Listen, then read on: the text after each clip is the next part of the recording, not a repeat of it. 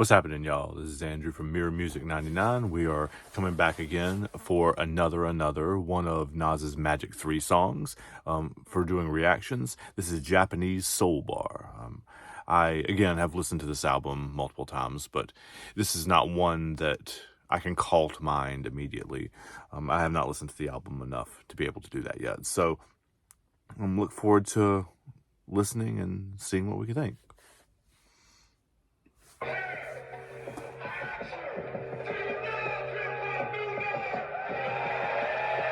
What is that? Somebody tell me what that is.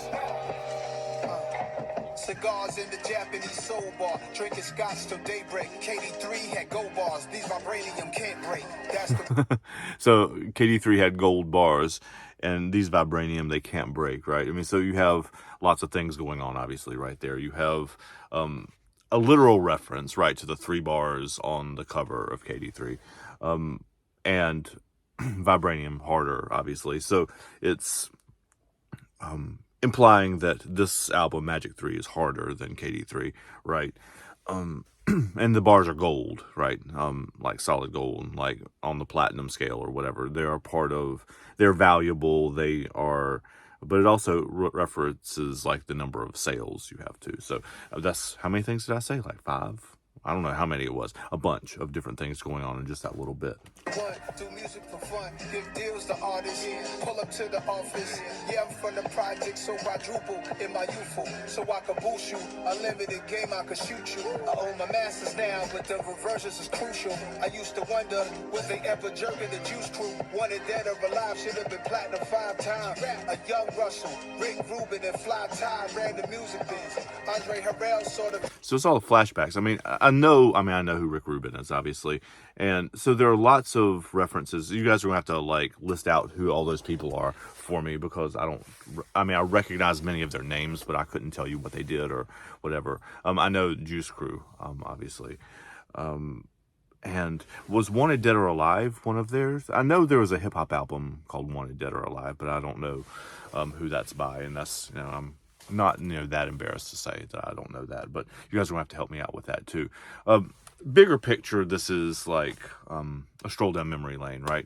I don't know if it has anything in common with his original Memory Lane song, but it definitely has that flow to it anyway.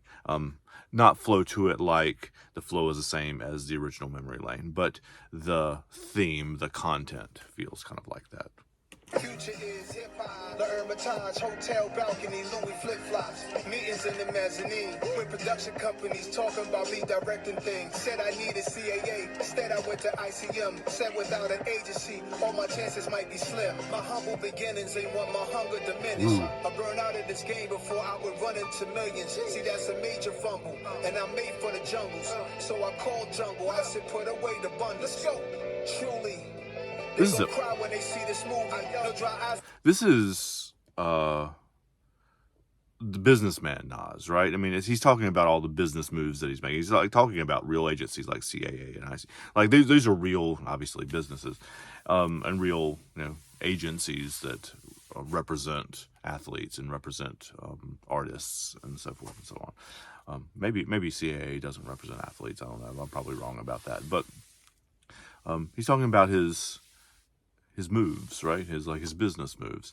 And I don't know what the sample is too, but that saxophone is killer. They gon' cry when they see this movie. No dry eyes in the theater, the viewers are living through me. Been thinking about who could play me in Tokyo, Paradise, or Bailey's. Karaoke, I'm participating, singing Barry White, that is. On a good night like this. Barry White. Like this. First of all, this song does have a Barry White feel. I mean, his voice obviously doesn't sound anything like Barry White's, because Barry White's voice is one of one. But it does have that feel, like that sultry saxophone stuff going on. I mean, it has that feel, and it does have the feel of. I mean, the first bar of the whole song is about cigars in a Japanese soul bar, like hanging out with your friends late at night at a restaurant or whatever, and how the night kind of slides into the morning. I mean, it's got that kind of feel to it, too. To have a good life like this. A real life like this. Cigars in the Japanese soul There it is. bar. Drinking scotch till daybreak. KD3 had go bars. These vibranium can't break. That's the one. Do music for fun. Make deals with artists. Yeah. Pull up to the office. Make deals with artists. Pull up to the office. He's almost talking about like the late night meeting being a business meeting. Konnichiwa. Yeah. Japanese soul bar. Red light bulbs. A turntable. Record selection. Pictures and frames from those days. Ooh. Soul music. He just switched it up 100%, and listen to what he did. So it's almost like, I wonder if it's going to come out like it's like a whole other song almost. Because a lot of times when you have beat switches like this in songs, I mean, not that the themes don't unify in the two parts, but he's kind of changing direction. So let's see how he's changing direction here. Let's go back a little bit. Soul music. That sounds like some Curtis Mayfield shit right there. You see a lot of Bronx acts, a lot of Brooklyn acts, but you never see Queens acts in the fever, really. But NAS is one of the youngest artists out right now who's doing this thing, new artists. That must be like, that's got to be like a radio promo from like when he first came out, right? Somebody help me out with that too. But I know they called him Nasty Nas when he first like came out. So it must have been like a throwback. So much of this album seems to be him. I've seen lots of people write about this as if it's a victory lap. And that's kind of what it feels like a little bit. I've seen people write, Coop included, like he's done all the things that you can possibly do in hip hop, but like he's checked all the boxes to be the greatest. He's done all of the things, right? And he's continuing to do all the things. This run, obviously, at this age is unprecedented, too. So there's lots of pieces in this album that it's not like the hardcore theme that goes all the way through it, but there are pieces in almost all of the songs where he is not even talking about his younger self, but like showing pieces of not trivia, but showing pieces of like his personal history, like it's almost like squares on a quilt or something like that. Just little pieces. And this interview, or this, I guess it's a radio lead-in, is that as well. You guys tell me where it comes from. I'm sure somebody knows. Let's kick back a little bit. One of the youngest artists out right now who's doing this thing, new artists. Just keeping it live, keeping it real. This is Nasty Nas and the whole Queensbridge Massacre. Can I say that? So also he says that the radio promo, whatever is, or the lead in is, he's one of the youngest artists out there doing it right now. And I guess probably when he was recording that intro, or the guy was recording that intro, Nas would have been what, 16, 17-ish, right? I mean, he would have been pretty young, I would guess. And he is now one of the oldest out there doing this. Like, not oldest in the hip-hop game, obviously. There are plenty of other OGs that are older, but like he particularly is one of the oldest people doing this at this level, or actually probably one of the only people doing this at this level, period, regardless of age. So it's an interesting full circle moment, right? Now, Nas, you have a different style. I know there's a lot of rappers out there who I'm sure you've looked up to over the years. But right now, a lot of new rappers and older rappers are looking up to you. How do you feel to be like a living prodigy? I mean, it's a blessing. I'm a product of hip hop, you know what I'm saying? I'm a product of the old school and the newest of the new.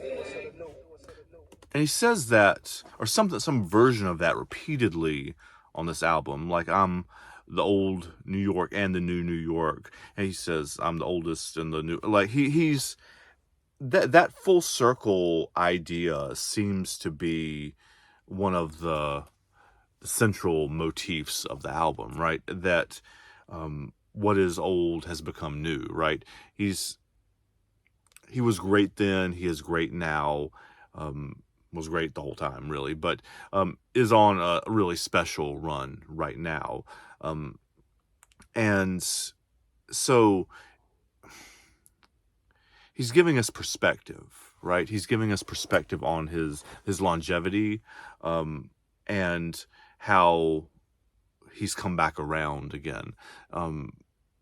One could argue, obviously, that he was never really gone, though he says in one of these songs that he doesn't say he retired, I think, but he says some version, I think, doesn't he, that he was gone for a while and y'all didn't even know, or something like that. Help me out with that. That's like triggering a memory in my brain, but I don't remember where it comes from. So yeah, he's giving us some perspective on his career, on his life, on his run, right?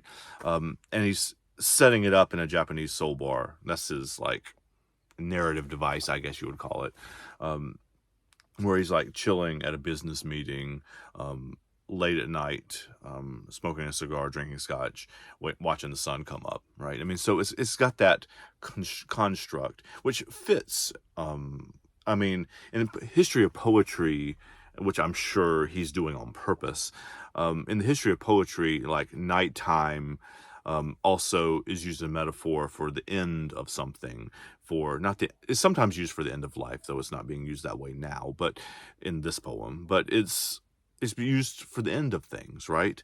It's used for, sunset, the endings, and he has said, of course, after the release of this is the end of the two trilogies with Hit Boy, right? He doesn't say that this is him retiring, period. I don't think. I've never seen that. So it makes sense for that, in the context, for him to set it in a Japanese soul bar and like in the middle of the night, awaiting sunrise. For that reason, it makes sense for it to be that way, because this is the next to last song on the album. But what he says about drinking scotch, I think, right, is he says, I'm drinking scotch waiting for the sun to come up, right? Which means, it implies to me, as an English teacher and as somebody who reads poetry for multiple metaphors, that there's another sunrise coming, right? There's something else coming after this. I don't know what it is. I've seen on Twitter that implied that they've got more in the tank. So here's hoping. Hopefully they wait until I finish doing all these reviews, or I'll never catch up. Take care, y'all. I'll see y'all next time. That was Japanese Soul Bar.